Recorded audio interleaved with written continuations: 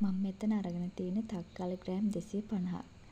ඒක හොඳට පිරිසිදු කරලා පොඩි කෑලි වලට කපලා සාමාන්‍ය ප්‍රමාණයෙන් වතුර දාලා අපි ඒක තම්බ ගන්නවා.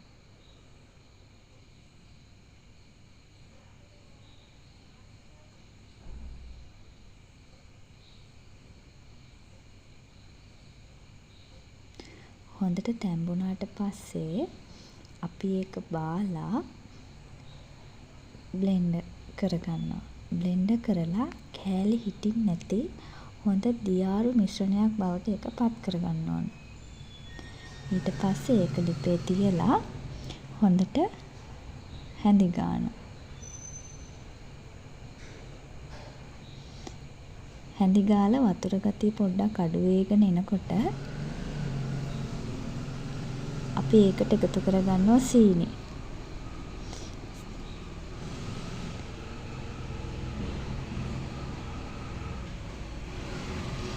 ඊට පස්සේ ඒකත් හොඳට මිශ්‍ර කරාට පස්සේ උකු ගතිය ටිකක් වැඩි වෙගෙන එනවා දැනෙනවා. ඊට පස්සේ රස අනුව ලුණු ටිකක් එකතු කරගන්නවා.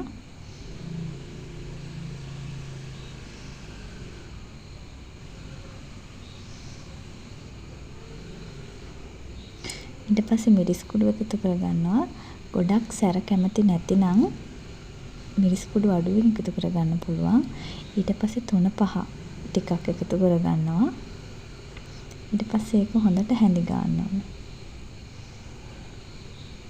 හැඳි ගාගෙන යනකොට උක්කු වෙලා පාට හොඳට වෙනස් වෙලා එනවා. ඊට පස්සේ මම කරින්ද මුංගු කුරුඳු ටිකක් තලලා අවසානට එකතු කරා. එතකොට හොඳ සුවඳක් එනවා. ඊට පස්සේ ටිකක් තියෙන්න ඇරලා හොඳට උකු වෙනවා.